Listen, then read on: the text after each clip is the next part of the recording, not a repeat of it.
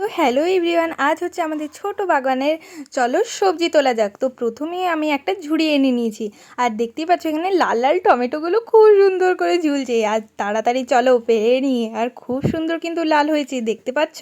আর একটা গাছ থেকে দেখতেই পাচ্ছ আমি 4টে বিলাতি তুলেছি। তো চলো পরের গাছে যাওয়া যাক। তো পরের গাছে 2টো বিলাতি পেকেছিল, আর বাদবাকিগুলো পাকেনি, এখনও সবুজ আছে। আর দেখতে পাচ্ছ এতটাই হচ্ছে বিলাতি ধরেছে যে গাছটা পুরো নুয়েই গেছে।